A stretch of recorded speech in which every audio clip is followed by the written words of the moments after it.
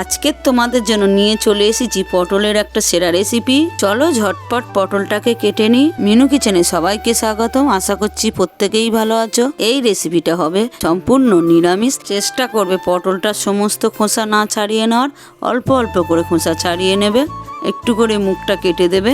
ঠিক যেমনভাবে আমি পটলটাকে ছাড়িয়ে কেটে নিচ্ছি, এইভাবে কেটে নিচ্ছি যাতে সমস্ত মশলাটা পটলের মধ্যে মিশে যায়। পটলগুলো কাটার পরে বেশিক্ষণ জলে রাখলাম না, তার কারণ জল ঢুকে গেলে পটলের স্বাদটা অনেকটা কমে যাবে। পটলটা আমার সম্পূর্ণ কাটা কমপ্লিট হয়ে গেছে। চলো এবার ঝটপট রান্নাটা শুরু করা যাক। গ্যাস অন করে কড়া বসিয়ে দিলাম।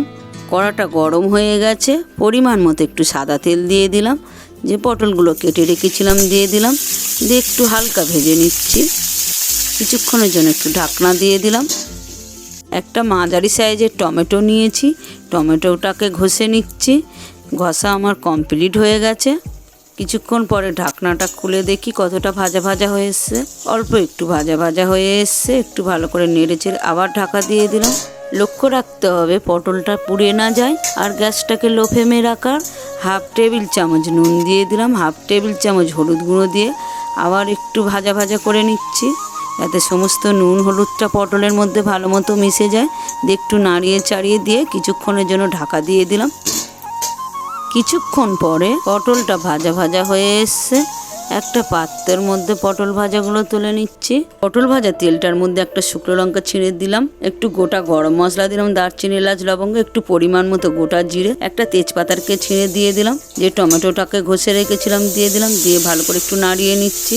টেবিল চামচ আদা বাটা দিয়ে দিলাম। পরিমাণ মতো একটু টক দই দিয়ে দিলাম। টক দইটা দিলে কি হবে, পটলের স্বাদটা আরও দ্বিগুণ বেড়ে যাবে। দিয়ে একটু ভালো করে নাড়িয়ে দিচ্ছি। টক দইটা যে দিতেই হবে এরকম কোনো ব্যাপার নেই। হাফ টেবিল চামচ চিনি দিয়ে দিলাম। টেবিল চামচ ধনে গুঁড়ো, হাফ টেবিল চামচ লঙ্কা গুঁড়ো, 1 টেবিল চামচ জিরের গুঁড়ো দিয়ে একটু নাড়িয়ে দিচ্ছি। যে পটলগুলোকে ভেজে রেখেছিলাম দিয়ে দিলাম। দিয়ে ভালো করে নাড়িয়ে দিচ্ছি যাতে সমস্ত মশলাটা পটলের মধ্যে ভালো মতো মিশে যায়। যে দইটাকে দিয়েছিলাম সেই দইয়ের বাটিটাকে ধুয়ে একটু জল দিয়ে দিলাম, যাতে পটলটা না পুড়ে যায়। মশলাটা পুড়ে গেলে কি হয়, স্বাদটা অনেকটা কমে যাবে। লক্ষ্য রাখতে হবে। গ্যাসটাকে লো ফ্লেমে রাখলাম, রেখে একটা ঢাকনা দিয়ে দিলাম যাতে পটলটাও সিদ্ধ মতো হয় আর ঝোলটাও যাতে সুন্দর থাকে। ঝোলটার কত সুন্দর একটা রং এসছে। কোনো রকম কোনো ফুড কালার দিই না। একটা কাঁচা লঙ্কা চিড়ে দিয়ে দিলাম। কাঁচা লঙ্কাটা দিলে কি হবে, এই রেসিপির গন্ধটা অনেকটা সুন্দর বেরোবে। রেসিপিটা সম্পূর্ণ তৈরি হয়ে এসছে। এই রেসিপিটা সম্পূর্ণ ঘরোয়া উপায়ে তৈরি করলাম। ঢাকা দিয়ে গ্যাসটাকে 10 মিনিটের জন্য বন্ধ করে দিলাম। তেল পটলের রেসিপিটা সম্পূর্ণ তৈরি হয়ে গেছে। এই রেসিপিটা এত সহজ আর এত সুস্বাদু। নিরামিষের দিনগুলোতে তোমরা এই রেসিপিটা বাড়িতে একবার হলেও ট্রাই করো। চ্যানেলে নতুন হলে চ্যানেলটাকে সাবস্ক্রাইব করে মিনু কিচেনের পাশে থাকো। লাইক শেয়ার করতে ভুলো না কিন্তু।